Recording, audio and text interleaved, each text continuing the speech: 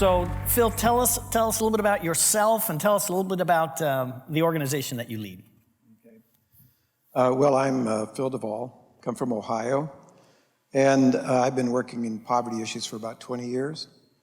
Before that, I worked in the addiction field, ran a treatment program for 20 years. My folks were medical missionaries. My grandparents were medical missionaries.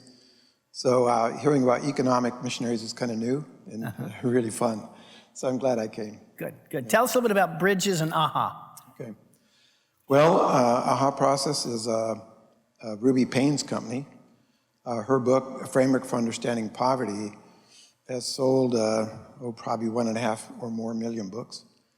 I ran across it in the mid-90s, shortly after it came out, and I began to use those ideas at my agency. And we got really good outcomes. When we understood people in poverty better, and we understood ourselves as middle-class people, we could redesign things. So Ruby found out we had done that, and she came to visit, and she said, well, why don't you help me write a book? So we wrote Bridges Out of Poverty, and that came out in '99. And how are communities using Bridges? Well, it's amazing. I had no idea that it would spread like it did. I thought other agencies would use the Bridges book and apply the ideas where they were, no matter what sector, and that happened, but people did such innovative, exciting things. I remember the day when I had done a number of trainings and I went to Springfield, Ohio for the third or fourth time, and they said, hey, Phil, we have a BOP steering committee.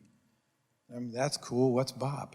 And they go, Bridges Out of Poverty, stupid, it's your book, you know, BOP, right, acronyms. And then I realized that people were collaborating.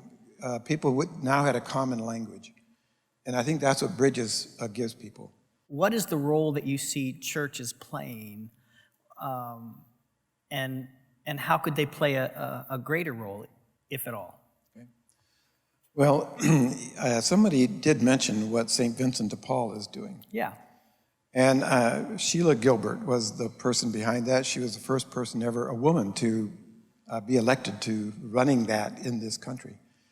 And they're using Bridges and getting ahead in a big way. And it means that people are getting out of poverty now. It's just a new approach. The Salvation Army in Oklahoma is the catalyst for building Bridges initiatives in that state. I think that in every community that people use our work, there are faith-based people. Sometimes they're the catalyst, as we were talking about. And it just seems to be a perfect fit.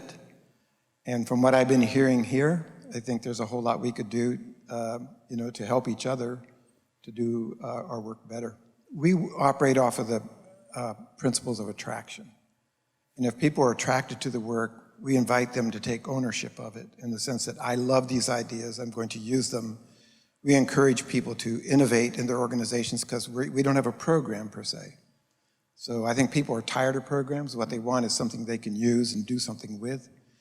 And we've just seen sort of organic growth because we bring people together from poverty, middle class, and wealth. They build relationships. And once those relationships are formed, and you find out what the barriers are that people in poverty are running into, you're not going to abandon them. And that means that you have to keep pushing for change at the way you run your organization, at the way you collaborate, policy issues at the state level. We have to do it all. I think people like to innovate. Okay. So if you're at your organization and your CEO or whoever's running the show there, gives you the latitude to invent things, new policies, procedures, programs, and approaches, and other people that resonates with them in other places. We have learning communities, we share our ideas, and the next thing you know, these ideas kind of leap across from state to state, and people start using each other's work. And I think people love that idea of like, wow, I could do something with this and bring my own creativity to it. And I think that's one of the huge pieces to make a collaborative work. Great. And so if folks want to get some more information about Bridges Out of Poverty and AHA, how do they do that? Well, it's ahaprocess.com. Okay. And you can get a hold of it. We have books for every sector practically now. And we have models in place that people can pick up and use and contribute to. So it's very exciting. So one of the things that we're saying that Mission 3.0 churches are going to have to get good at is championing collaboration. As part of the work that we do is we've got to begin to train our volunteers to do the harder volunteer types of work.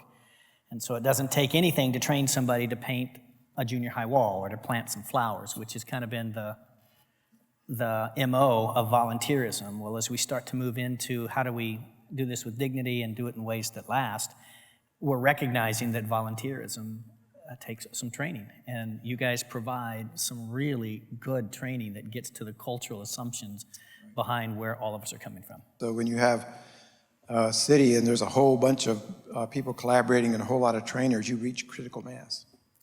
So good. So thank you for being here.